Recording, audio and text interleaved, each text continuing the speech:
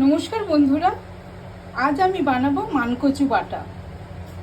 তার জন্য নিয়ে নিয়েছি মানকচু, নারকেল কোড়া, কাঁচা লঙ্কা, সর্ষে, কালো জিরে, হলুদ, নুন, তেল আর অল্প চিনি।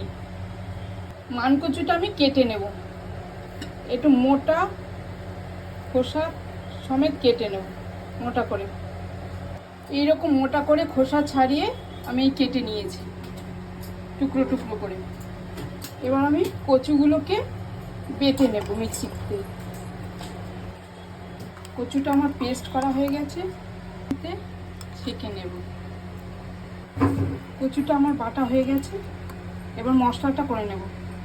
সর্ষে, কাঁচা লঙ্কা দিয়ে দিচ্ছি নারকেল কুচু।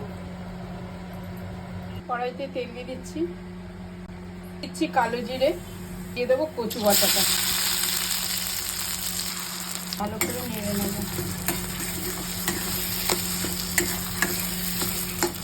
দিয়ে দেবো বেটে রাখা মশলাটা, ভালো করে নেড়ে নেব। দেবো নুন, দিয়ে দেবো চিনি, ভালো করে নেড়ে নিতে হবে। দিয়ে দেবো হলুদ, ভালো করে নাড়িয়ে নিতে, মাঝে মাঝে নেড়ে দিতে হবে। কচু বাটা আমার হয়ে গেছে, এবার নামিয়ে নেব। হয়ে গেছে, এবার আমি তুলে নেব। হালকা করে তেল দিয়ে দেবো, একটু নারকেল গুঁড়ো ছড়িয়ে দেবো।